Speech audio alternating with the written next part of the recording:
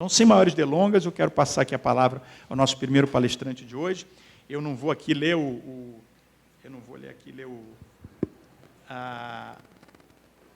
currículo dele, mas apenas rapidamente dizer que o professor Ollad ele é pesquisador sênior em Direito Europeu no Acer Institute University of Amsterdam, doutor pela European University Institute of Italy e chefe da equipe holandesa do consórcio de pesquisa Memocracy. Ele vai falar hoje aqui para nós sobre prós e contras da adoção de leis de memória, a experiência jurídica europeia sobre o passado colonial e pós-totalitário. Depois nós teremos o professor Leon Castellanos Jankiewicz, falando que é pesquisador em Direito Internacional no Acer Institute University of Amsterdam, coordenador acadêmico do Netherlands Network for Human Rights Research, que vai falar sobre o ressurgimento das anistias na América Latina, entre a rememoração e a renovação no contexto da Declaração Modelo MELA sobre Direito e Memória Histórica. E, por fim, teremos o professor Miroslav Michal Sadowski, que é pesquisador assistente no Institute of Law Studies, Polish Academy of Science, membro da UK Social Legal Studies Association e da Richard Wagner Society of Wrocław, que vai falar sobre políticas de memória no Brasil, explorando a atuação da Comissão Nacional da Verdade sobre normas jurídicas internacionais. O professor Miroslav vai nos brindar com uma palestra em português, embora polonês, isso é a primeira vez que ele vem ao Brasil. Para minha grande surpresa, minha grata surpresa, ele fala um português muito bom. Então, vai falar para nós em português, enquanto que os demais vão falar em inglês, mas temos aqui a tradução simultânea. Então, bom proveito, e depois disso, espero que tenhamos tempo para um breve debate sobre esse tema tão instigante. Obrigado a todos. Professor Ollad, o microfone é seu.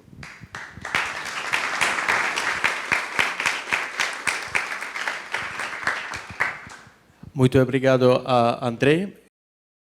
Bom, em geral, a minha agradecimento vai para o André Andrade também, mas essa maravilhosa cidade do Brasil, do Rio de Janeiro, então eu agradeço muito o convite e também devo agradecer a essa instituição maravilhosa.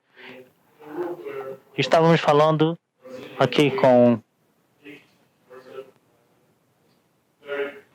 está muito animado aqui ver essa lista de palestrantes. Então, a minha apresentação de hoje vai falar um pouco sobre os prós e contras, quais são os aspectos positivos e negativos da adoção das legislações de memória, que a gente chama de leis de memória, e vou falar sobre a experiência jurídica europeia, mas talvez seja mais útil falar sobre a experiência global. Eu vou colocar todo o histórico da legislação na perspectiva global.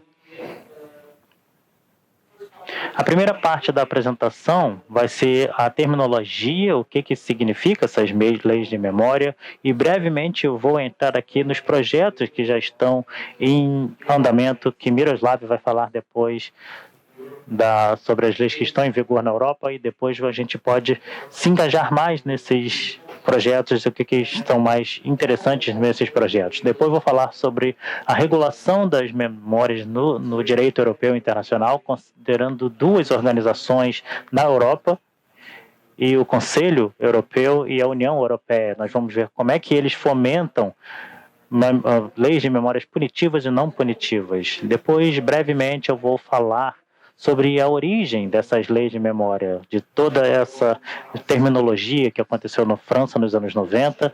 Vou falar um pouco da minha cidadania, que é na Holanda, e esse é um bom momento para considerar todos os prós e contras de adoção dessas leis, considerando a adoção dessa lei no passado colonial. Então, nós estamos ainda no processo analítico para avaliar todos os benefícios e os obstáculos dessa lei. E também alguns aspectos negativos. E depois, nós vamos falar sobre as batalhas das leis de memórias hoje em dia, na Europa Central e na Europa Oriental, porque a gente não vai ter muito a explicar com essa invasão na Ucrânia, por exemplo, desde fevereiro, quase um ano atrás, e parte disso vai mostrar como podemos manipular a narrativa histórica e, de forma bem interessante, antes dessa manipulação, antes dessa codificação, nós tivemos 1 ano ou quase 10 anos de leis de memórias punitivas que regulavam as políticas de memórias e postulavam a negação das atrocidades soviéticas e as outras nações, não só a Ucrânia, e por que que isso acontece na Europa Oriental. E depois, no final da apresentação, eu vou resumir as recomendações. Então, quando a gente fala da adoção das leis de memória no processo global, como é que nós podemos reconciliar todas essas leis de memórias com os direitos humanos e liberdade de expressão, proteção de minorias, coisas como dignidade? Como é que nós podemos reconciliar os padrões mais amplos do Estado Democrático de Direito? Então, nós temos que falar sobre jurisdições ou que os promotores que usam esses contextos históricos para tornar essas leis, pelo menos, menos impactantes com os padrões de direitos humanos. Espera aí, deixa eu voltar aqui. Então, as leis de memória. As leis de memória, dentro do que nós chamamos nesse terreno, principalmente na Europa, nós tendemos a colocar um grande número de regulações de memórias, de medidas punitivas que endereçam essas memórias. Como o Andrei já falou, um exemplo mais famoso, que é a negação do Holocausto. Vocês sabem que na Europa, sistematicamente, no final dos anos 80, na Europa continental, proibia que a negação do Holocausto era uma coisa que era considerada crime. Então, algumas negações de genocídios também, essas leis de negação de genocídio foram implementadas na Europa também. Quando nós falamos sobre leis de memórias, não é só medidas punitivas. A terminologia vai cobrir também as medidas não punitivas das regulações de memória, e que a gente chama de quasi-memory laws, que é a naturalização baseada nos requisitos linguísticos e situações mais amplas, onde as administrações locais, principalmente os municípios, e também administrações federais começam a regular as coisas sobre a nomeação dos movimentos ou dessas instituições, porque normalmente a gente endereça todas essas personalidades históricas. Isso é muito comum em relação a essas personalidades. Nós temos todos esses debates confederados, por exemplo, nos Estados Unidos, onde houve um movimento maior, todas as políticas que foram adequadas em relação à terminologia e à democracia, por exemplo, no Chile, ou com Franco na Espanha. Nós temos toda a parte da descolonização que houve também na África. Não, nós temos um medo um pouco dramático em relação ao que vai acontecer. Não é, na verdade, a cidadania uma situação. A lei não vem diretamente como um exemplo das memórias de regulação. Então, ainda assim, a forma com que essa cidadania é distribuída e representa uma imaginação histórica. Por exemplo, em Israel, até mesmo no ápice da formalização da sua Constituição, nós tivemos algumas formas de leis significativas que retornaram, e não importava onde isso era baseado, sobre os direitos que tinham sido recuperados por Israel.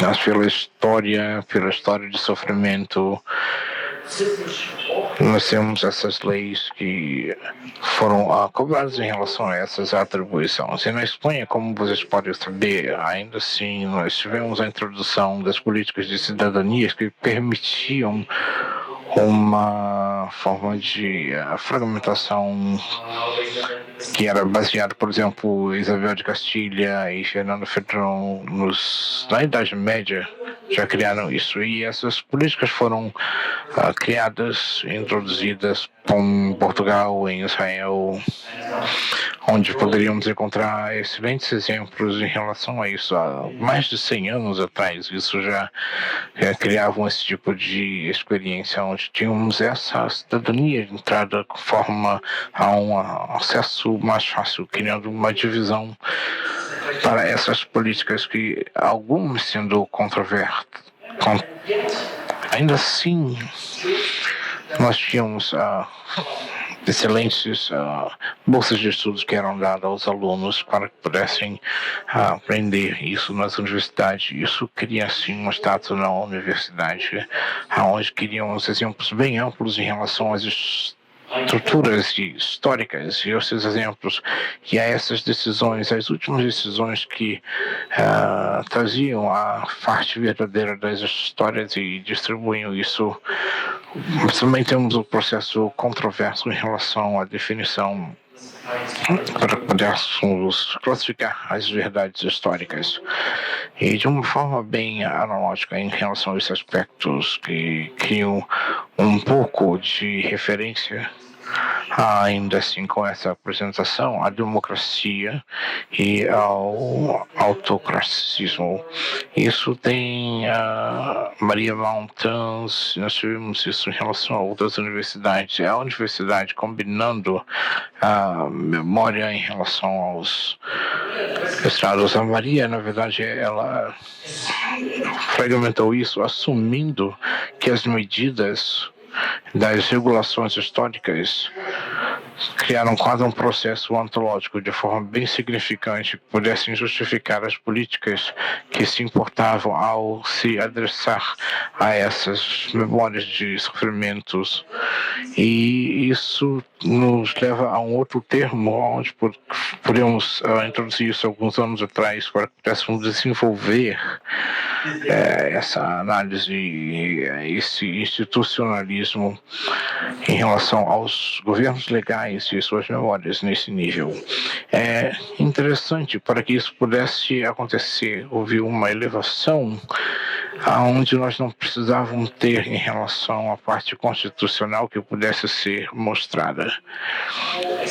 Nós temos uma explicação completa em relação a isso e toda a parte constitucional ou a base constitucional das lógicas pudessem funcionar para que pudéssemos justificar essas memórias, criando uma simbiose para os termos da democracia e o anticonstitucionalismo.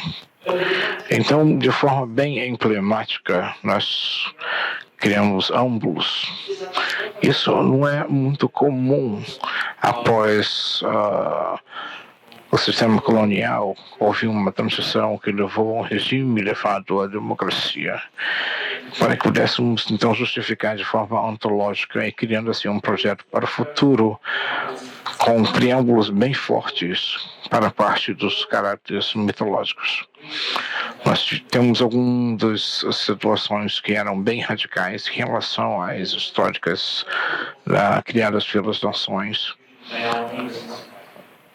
de forma a serem feitas bem surpreendentemente.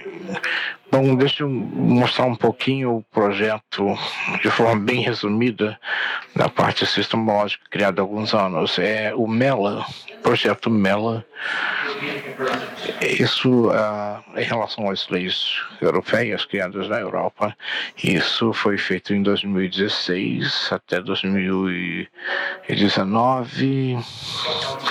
Nós usamos isso para 4 países: Holanda, Reino Unido, Itália.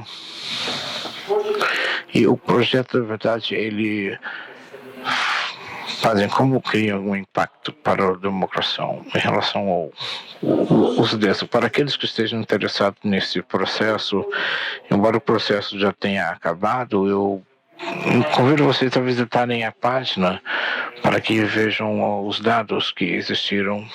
Ainda tem alguns que são usados ainda hoje e vocês vão ver replicações, e a parte mais importante é que vocês vão ver a declaração do MELA, é uma parte das regras bem resumidas do projeto, para que nós podemos postular os nossos achados, como nós vamos aconselhar governos em relação à fundamentalismo. E, geralmente, a primeira parte que nós estamos falando em relação às regulações aqui, claro, isso tudo está no sentido de uma expressão livre em relação a uma forma acadêmica de expressão bem livre. E em relação a esse projeto feito para a democracia, nós temos esse website onde vocês podem dar uma olhada e encontrar algum tipo de publicações que são usadas. Esse é o projeto que foi usado em 2014 na Dinamarca, na Polônia e na Holanda. Mela. E foi usado, então, se expandiram para outros países, ou, por exemplo, o Uruguai, o Japão. E esse projeto tem propósitos na parte baseada no centralismo na Europa e adicionando a Alemanha. A Alemanha, na verdade, foi bem relativa em relação a esse processo, criando uma regulação que era bem comum. Vamos dizer que a parte da Mela na memória é bem recente em relação às regulações. Então nós estamos tentando comparar isso. E isso é bem importante porque nós temos vários tipos de regulações, principalmente na Polônia, onde criamos alguns tipos de parâmetros que são usados. Por exemplo, no Japão, onde tivemos um tipo de expressão livre na sua expressão. Nós temos a parte usada em alguns países autoritários e em algumas regiões onde isso cria um processo bem dinâmico em relação às suas políticas, mesmo para países que são um pouco mais agressivos em relação a isso, porque nós temos a parte, por exemplo, na França, de Guerre de Morière, onde eu vi aqui memórias de direito, onde houve abuso das regulações internacionais em termos das referências usadas na história para dar apoio e em relação a um escudo para que pudéssemos usar como um escudo nessas regulações. Nesse projeto nós estamos tentando trabalhar sobre recomendações onde haverá uma declaração final para que possa ser regulada e onde essas políticas nos trazem um resumo. Por exemplo, na Alemanha houve isso, onde poderíamos convidar vocês a ler essa página para se familiarizar. Então, essa regulação de memória, bom, se eu tiver que simplificar isso, eu acho que criamos aqui uma história que situações que são possíveis de serem medidas. Vamos lembrar tudo. Então, na verdade, a parte mais, como é que eu poderia dizer, em relação à parte mais vasta em relação à definição do tempo e do módulo que foi usado, eu acho que nós temos a parte mais importante em relação à memória, em relação ao degrau, para que possamos esquecer alguma dessas figuras personagens que são usados nisso. Também aqui nós temos uma parte de para poder medir onde criamos a parte de internacional de lei, onde teremos todos esses tipos de contatos. Alguns deles até poderíamos esquecer, mas é importante que isso cria um preâmbulo bem importante para uma barreira em relação à memória, em relação às atrocidades que nós nunca poderemos esquecer. Em relação, por exemplo, à Revolução Francesa, a captura da Bastilha, abrindo os arquivos em todas as legislações que foram observadas. Nós temos muitas possibilidades em relação às fronteiras, em relação à nação, ao Estado, focando principalmente na história, na sua língua. E isso nós tentamos de forma rápida tentar substituir algum foco em relação à história, ao invés de criar algo que nós pensamos como dominante, pelo menos nós temos na parte da civilização europeia alguns dos deveres que devem ser lembrados. Eu acho que lembrar isso cria uma postulação bem importante e forte. E pela primeira vez,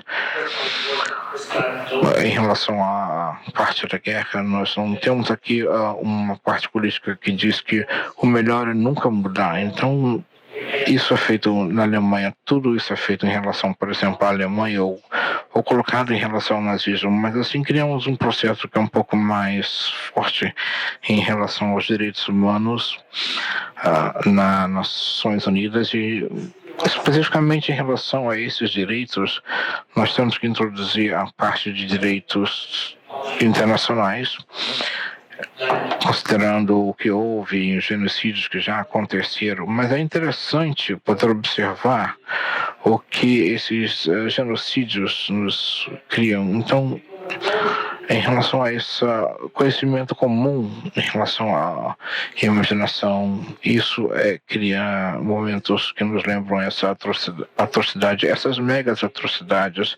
E, claro, é a anulação desses 6 milhões de judeus que foram dizimados. Mas, bom, é interessante, assim você vê a Convenção de 1948 e por todos esses anos não houve nenhum tipo de negacionismo em relação ao Holocausto. Mas alguma dessas jurisdições, então, a Israel se juntou a outros países a serem usados esse tipo de lei e a Alemanha virtualmente foi acusada criminalmente e isso pela primeira vez foi feito que esse holocausto foi considerado como um crime. Foi a primeira vez.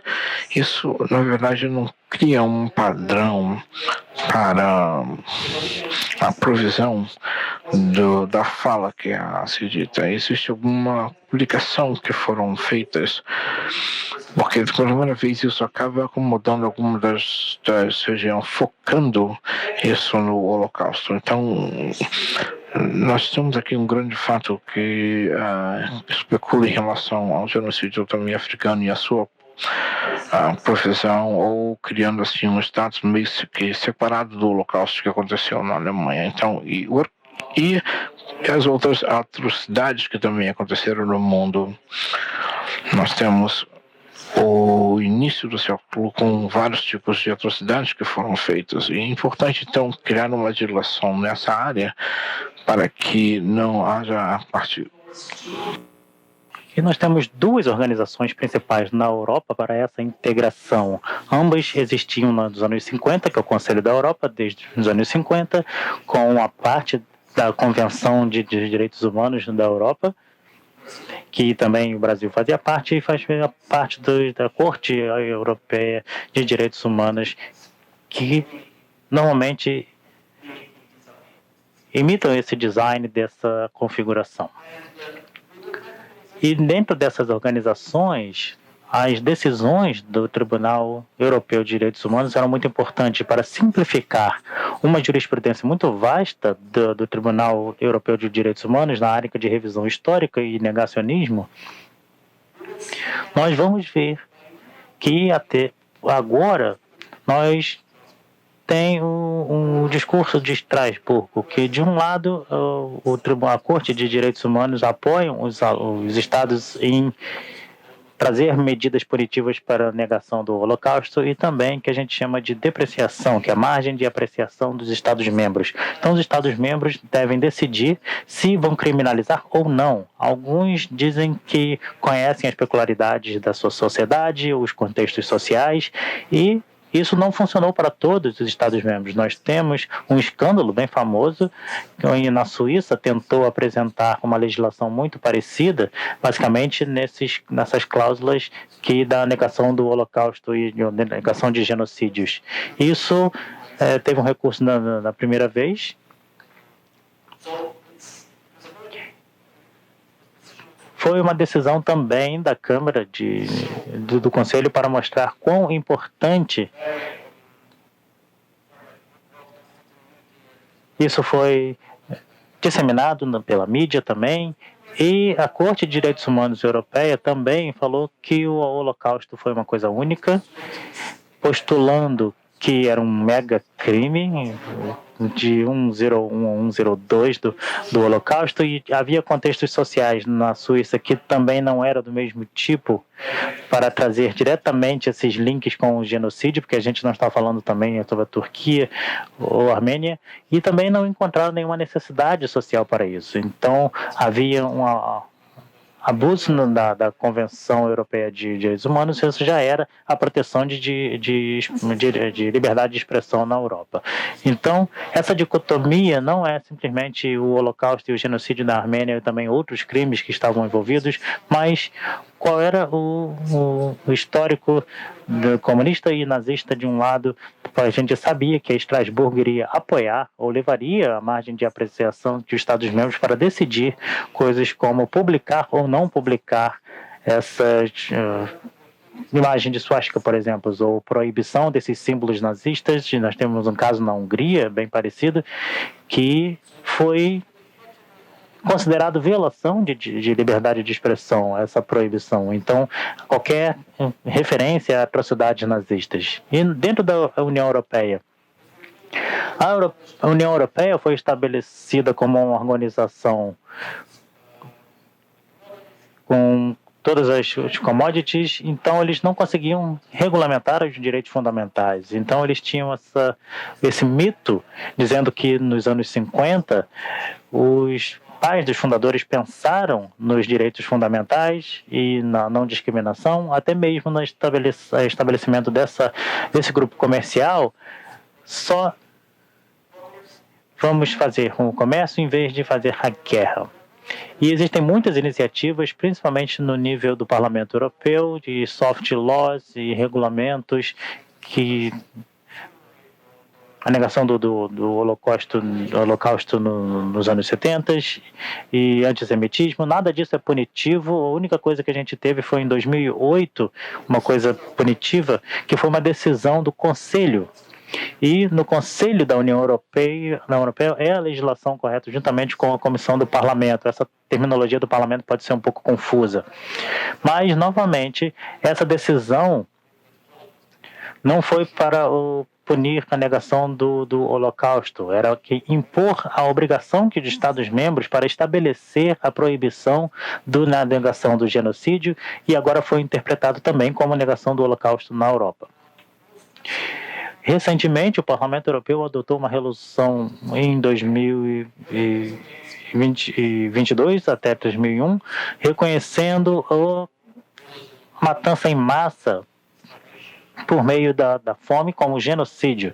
Então, as políticas que foram implementadas nos bolcheviques, que levou à morte de milhões de ucranianos, e isso foi após a intervenção russa na Ucrânia. Mas isso são políticas mais suaves. Na combinação com as políticas e os regulamentos e as decisões da Corte de Direitos Humanos Europeia, nós vemos um conjunto de projetos europeus, seja no Conselho Europeu ou na União Europeia, como a integração europeia, além de todos os modos de leis de memória, e também pós-nacionais ou patentes regionais de memórias históricas e todas as leis punitivas e não punitivas de memória. Estamos falando não sobre regulamentações nacionais, mas amplamente sobre as regulamentações europeias sobre memória histórica. Mas o início disso tudo, de toda a terminologia que foi desenvolvida pelos franceses, mas como é que isso foi possível? Depois dos alemães, os franceses foram os primeiros da Europa a criar essa proibição contra a negação, sobre a contestação dos crimes contra a humanidade. Existem várias tentativas de adotar leis semelhantes, uma de 2001, que foi reconhecendo o genocídio armênio, e a Lei Taubira, que foi reconhecimento da escravidão como crime contra a humanidade. Talvez o mais escandaloso e contraditório do que o anterior. De Repartier, em 2005, que agora foi revogada, exigia que as escolas ensinassem aspectos positivos do Império e colonialismo francês. Essas leis de memórias foram criticadas pelos historiadores que não apoiam a imposição dessa história oficial ditada pelo Estado. Então, os historiadores estavam se mobilizando contra essas leis.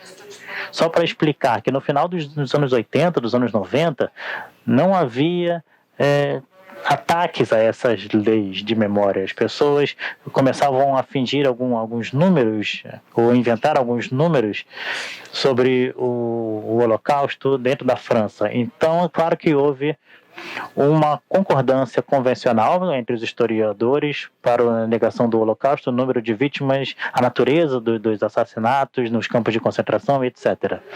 E quando chegaram em outras atrocidades em massa, como o genocídio armênio ou o colonialismo francês, muitas perguntas surgiram. Devemos pedir desculpas pelas atrocidades cometidas pela França hoje em dia? Como é que nós podemos distribuir a culpa para várias gerações e nomear as vítimas? O que isso faria? O que isso implicaria na prática? Na época, essas leis não eram perigosas, ou, por exemplo, para tolir o direito de liberdade de expressão, ou punir a negação do Holocausto, por exemplo. As pessoas podem ficar de 3 a 5 anos na prisão se negar o Holocausto hoje em dia. Então, esses historiadores, eram os principais historiadores na época, também contestavam isso. Eles traziam exemplos de tentativas de condenação, julgando os números das vítimas. Existem muitos historiadores que ainda não classificam a escravidão no conceito moderno de genocídio. Então, a gente não consegue aplicar o conceito de genocídio para punir o trabalho escravo. E alguns juízes não consideravam essas atrocidades nessas categorias modernas, então para distribuir essa culpa. A distribuição da culpa às vezes era um pouco hipócrita, porque considerando que a maioria dos escravos foram comercializados pelos próprios africanos, era um dos argumentos que faziam. Então, o comércio em massa não eram feitos pelos europeus, então eles negavam a sua culpa. Então era muito complicado mostrar que eles estavam trazendo qualquer medida sem ter uma natureza punitiva. Com garantias e o que nós chamamos hoje em dia, com a nossa terminologia, algo da cultura de cancelamento. Não necessariamente precisa implicar medidas punitivas para ser perigoso. Então, existem muitas questões sobre as leis de memórias. Então, a Holanda, recentemente, tentou adotar uma lei semelhante, que foi uma proposta de um senador que estava no parlamento para considerar se devemos adotar uma lei semelhante em relação ao comércio de escravos, reconhecendo como genocídio, de forma retrospectiva. Para o Império Holandês, no Oeste, não há atrocidades conhecidas na Indonésia, por exemplo, que é uma das maiores colônias holandesas, que não está no Ocidente. E, em segundo, se essa lei deve ser adotada na lei estadual ou na lei do reino da Holanda. A Holanda é um país peculiar, porque as pessoas conhecem como Holanda, mas na verdade a Holanda é só uma província no final dos Países Baixos, que é uma das cidades mais famosas, como Amsterdã e Roterdã. Mas tem muitas outras províncias. Por que a gente chama de Netherlands, que é os Países Baixos? Não é a mesma coisa que a Holanda, que é o reino dos Países Baixos, que está espalhado também no Caribe. Então, existem diferentes modos de adotar lei lá e também nas suas colônias. Tem a lei real do reino e a lei também do Estado.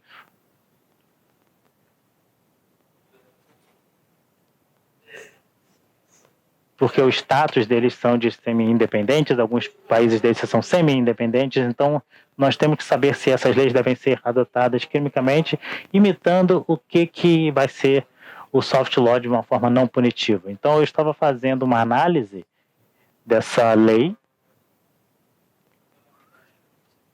com um dos ministros holandeses e eu cheguei à conclusão, na verdade a minha tarefa não era dizer se eles deveriam adotar ou não essa lei, mas também deliberar como tornar essa lei em vigor e menos restrita para os direitos fundamentais. Mas nessa lei também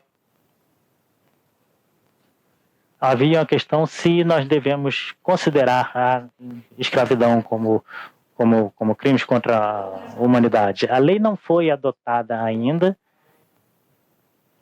Eu acho que tem fortes chances de ser promulgada nos próximos anos, com todos os relatórios que eu já li, que já foi enviado para os ministérios, que são todos positivos. Então algumas pessoas ainda estão céticas. As pessoas que trabalham nessa área, eu não desvalorizo as leis de memórias, então eu acho que tem que trazer a justiça social correta. Esse ano nós temos um novo desenvolvimento do nosso primeiro-ministro, já se desculpou pelos crimes cometidos pelos holandeses no Oriente e no Ocidente, e basicamente pela escravidão conduzida pelos holandeses no passado. Eu acho que essa foto aqui representa muito, aqui nós temos alguns oficiais para uma das nossas posses no Caribe, e na frente do público proclamando de uma forma muito condescendente os benefícios desse pedido de desculpas. Então esse é o contexto dessas duas fotos, toda a hipocrisia que está ali. Vamos falar aqui o que está acontecendo na Europa Oriental. Um caso muito comum na Rússia, que está falando sobre esse antagonismo com a Ucrânia. A Polônia já foi referência na literatura e também na mídia por causa dessas leis de 2018. E essa lei, os legisladores poloneses tentaram proibir a atribuição de crimes cometidos pelos nazistas às nações polonesas, porque os poloneses não tinham o histórico de cometer atrocidades na comunidade judaica, incluindo a queima de algumas pessoas vivas e uma das vilas que foram usadas como campo de concentração. E essa parte da lei também foi um escândalo ligado ao aspecto ucraniano, porque havia uma atribuição muito simplista de toda a culpa cometida nos anos 30 e agora na Galícia e parte da Ucrânia, e na cidade de Vulfia também, que pertencia à Polônia e durante esse período. Então havia atrocidades em massas causados pelos ucranianos, então essa lei estava culpando o nacionalismo ucraniano. E a Ucrânia nunca negou essas atrocidades, apesar de ter algumas contestações desses aspectos. E há uma interpretação muito simplista das medidas criminais, medidas penais impostas pelos nacionalistas ucranianos contra os poloneses. A lei de memória, essa lei foi parcialmente revogada após a decisão dessas funções por causa da decisão da Corte Constitucional e do Parlamento. Em relação à sua posição, de forma estranha, eles emitiram alguns desses relatórios e os Estados Unidos então criticaram esse tipo de lei que foi implementada.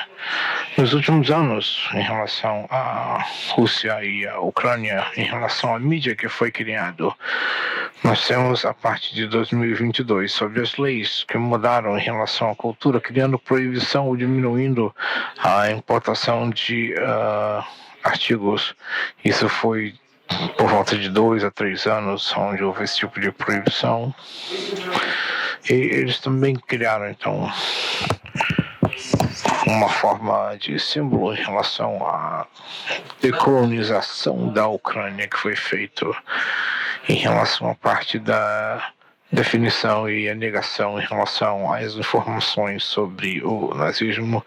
Isso nos lida a um tipo de jurisdição que foi criada em 2021, o qual nós, na verdade, não estávamos medindo as partes sobre as mudanças dos termos em relação a essa legislação, mas também isso trouxe um direito da verdade bem forte para a Constituição russa, postulando um certo sinal em relação ao trabalho e, novamente, a negação dos soviéticos e, essencialmente, negando a terminologia que estavam usando uma guerra patriota e que desde 1989, pela ocupação da Polônia e com parte da Ucrânia, e com o recálculo de 1941, a Ucrânia, no mesmo período, respondia a essas leis de memórias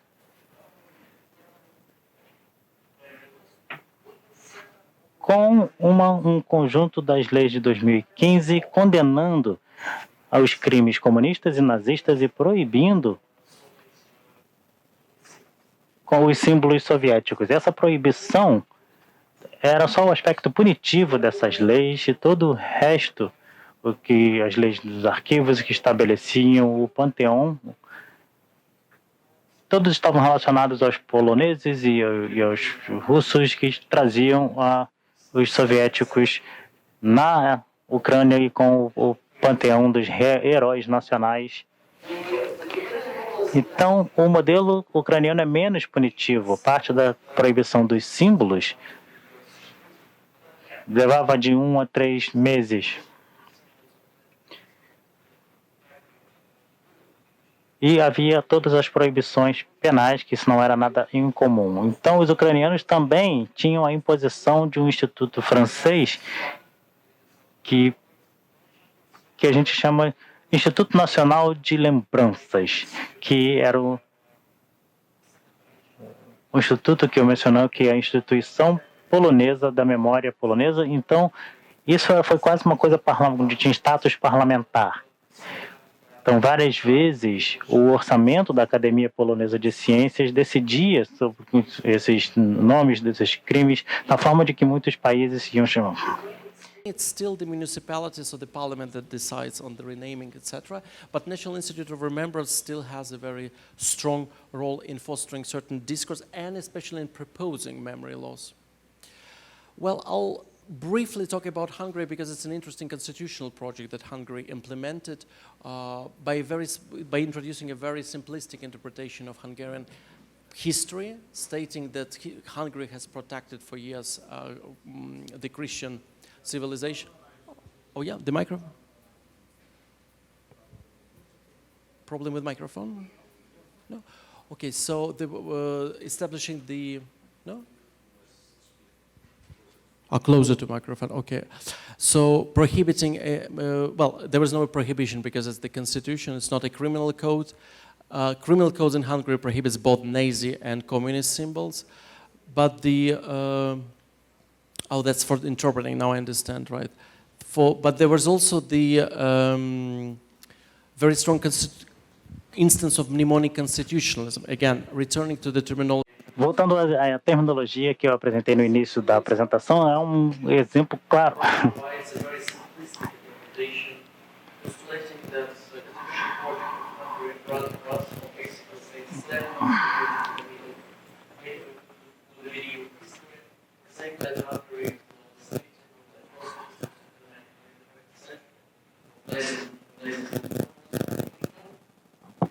Voltou.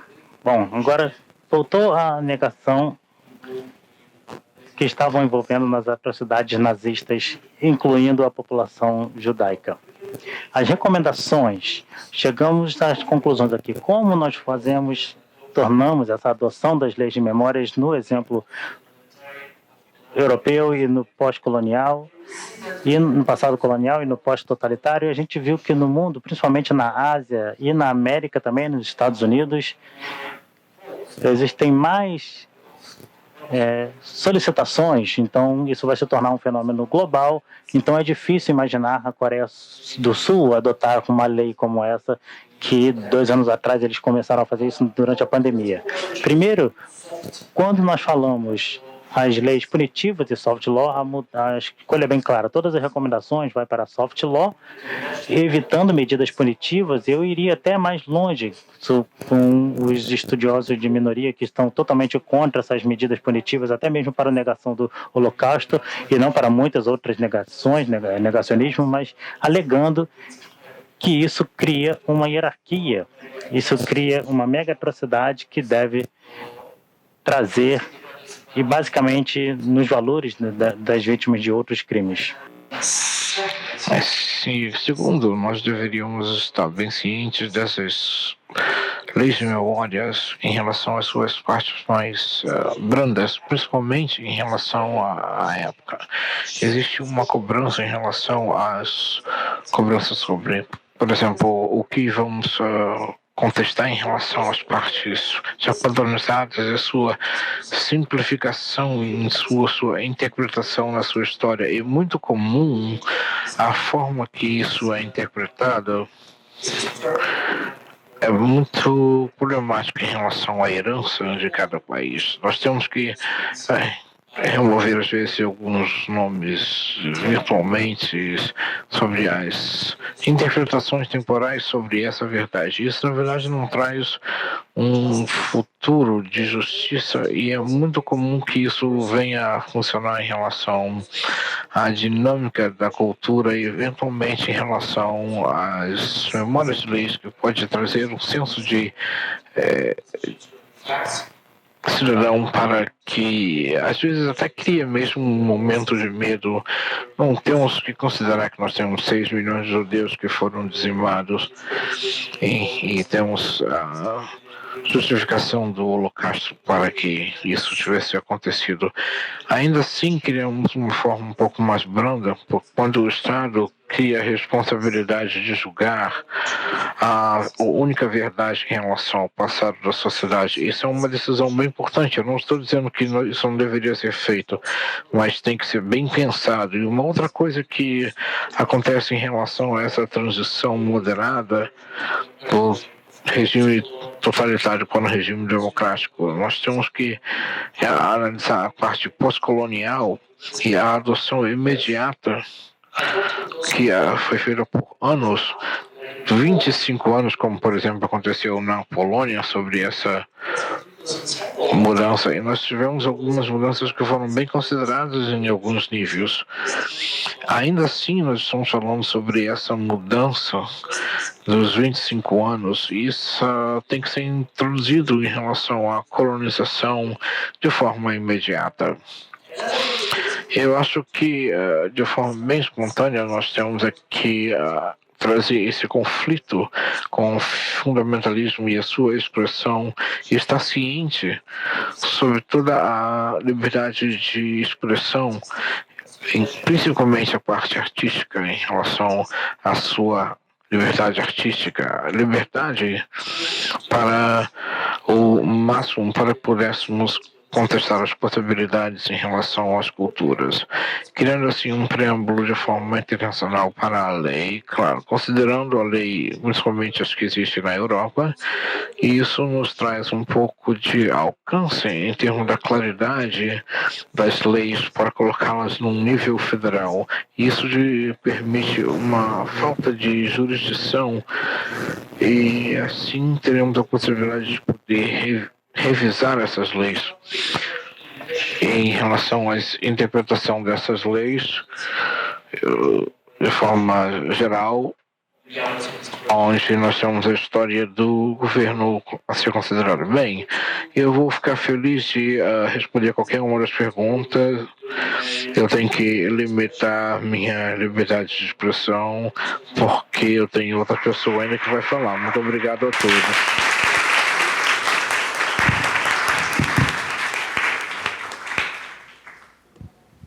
Muito obrigado, professor Ulad.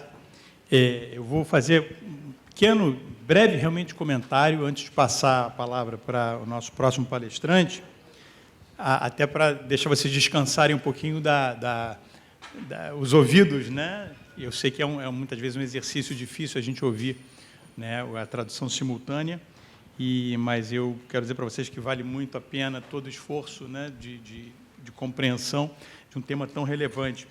Como vocês puderam ver, o professor fez uma explanação, um sobrevoo muito ligeiro, muito apertado, sobre o estado da arte, da questão da memory law, né, das leis de memória, principalmente na Europa, né, em diversos países europeus, como é que esse tema dialoga, né, nos diversos países europeus. E trouxe vários exemplos, falou de Israel, falou, enfim, da Polônia, passou rapidamente pela Hungria, enfim.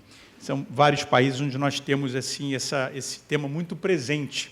Mas eu queria pontuar algumas coisas. Esse tema, que foi aqui pontuado nessa palestra introdutória, que eu acho que apresentou o tema muito bem na Europa, diz respeito a todos os países.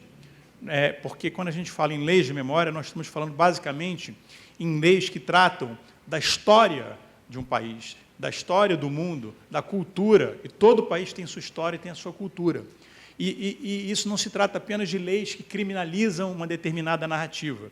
Isso seria uma hard law, né? Seria uma lei criminalizadora.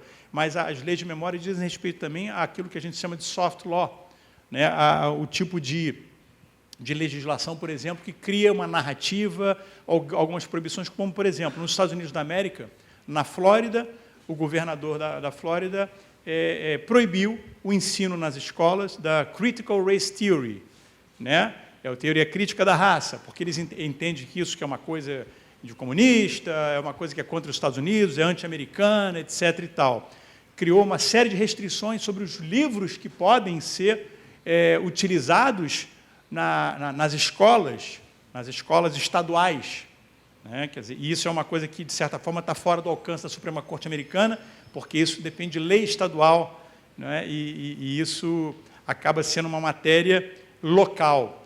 Se a gente puder transportar isso aqui para o Brasil, para vocês verem como é que isso tem a ver com a nossa realidade também, há pouco tempo atrás havia uma discussão sobre a constitucionalidade chamada escola sem partido, que era uma legislação que pretendia, entre aspas, desideologizar o ensino nas escolas públicas e nas escolas em geral, etc.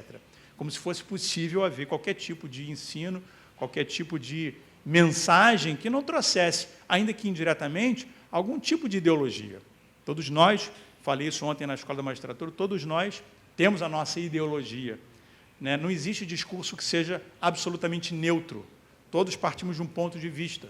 Eu, por exemplo, sempre que eu falo, defendo alguma coisa nas minhas palestras, etc., eu defendo de um ponto de vista de alguém que acredita na democracia, né? Isso é uma ideologia. Tem gente que não acredita na democracia. Podemos ver na nossa história recente, no nosso cotidiano, muitas pessoas que não acreditam na democracia, que acham que, enfim, o governo pode ser um governo de força, né, que não é escolhido pelo povo, etc. Tudo isso faz parte da ideologia. Ideologia não é apenas se de direita ou esquerda, etc. Não, isso são caixinhas em que as pessoas são colocadas, né? Todo o discurso, inclusive o discurso de um juiz, de um procurador do Estado, etc., tem a sua ideologia.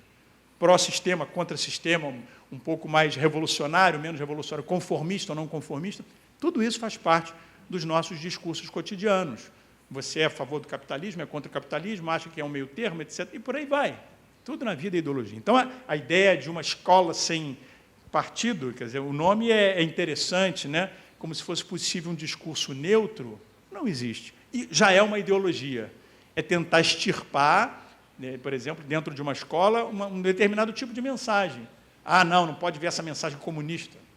Enfim, o famoso fantasma, o espantalho do comunismo, etc. E tal. Isso é uma ideologia também. Não é? Então, eu quero pontuar para vocês o quanto que esse tema aqui é um tema que é pervasivo, ele diz respeito ao nosso cotidiano. E há situações que são mais dramáticas, por exemplo, episódio recente, um adolescente, os professores talvez não sei se acompanharam o noticiário, um adolescente recentemente jogou bombas de coquetel molotov numa escola, e ele estava usando uma braçadeira com a suástica. Quer dizer, isso é uma coisa que tem acontecido assustadoramente, mais e mais no Brasil. Episódios de adolescentes, jovens, que mostram uma adoração por um regime atroz, né, um regime nazista. enfim, porque certamente, enfim, foram influenciados por pessoas, por uma narrativa, por sites, né, em que glorificam esse momento atroz da história, etc. E tal. Para esse tipo de situação, claro que nós temos que ter normas que são rigorosas, punitivas, criminalizadoras, etc. Mas nem tudo depende de uma criminalização, porque nós estamos tratando de cultura. E a cultura é algo que muitas vezes tem que ser enfrentado no âmbito da cultura, né, através da comunicação, através do ensino, da pedagogia. Eu, particularmente, eu acho que a criminalização não resolve tudo, mas, em alguns casos, é necessário, como casos como esse, né, de que pessoas que estão incitando a violência ou praticando violência, etc. Né? E, enfim, esse tema envolve a cultura, envolve a arte. O professor aqui falou muito na liberdade acadêmica, na liberdade artística. Também temos que contextualizar as coisas, né? A gente tem que ter, talvez, uma certa tolerância no que diz respeito à liberdade artística, né? E porque esse tema envolve, fundamentalmente, um grande princípio, talvez um dos princípios mais importantes da democracia, que é a liberdade de expressão. A gente tem que ter muito cuidado com as chamadas leis de memória. Algumas, acho que são necessárias, são importantes para a democracia, e outras podem ser manipuladoras, porque as leis de memória podem ser também instrumentalizadas em prol de um movimento não democrático. Então, vejam como é que nada é simples, tudo pode ter dois lados, né? A própria democracia pode, como a gente tem visto recentemente no Brasil, pode ser utilizada para atacar a democracia. Muitas pessoas invocam a liberdade de expressão para atacar a democracia, atacar instituições democráticas, né, minimizar ou minar, por exemplo, eleições, etc. E tal. Vejam bem, e aí invoca, não, mas eu tenho liberdade de expressão. Falei, caramba, está usando a liberdade de expressão, que é um pilar da democracia, para atacar a democracia. Vejam bem como é que, então, liberdade impõe responsabilidade. Essa é toda a questão, e esse é todo o equilíbrio delicado que a gente está aqui tentando trazer com esse tema das leis de memória.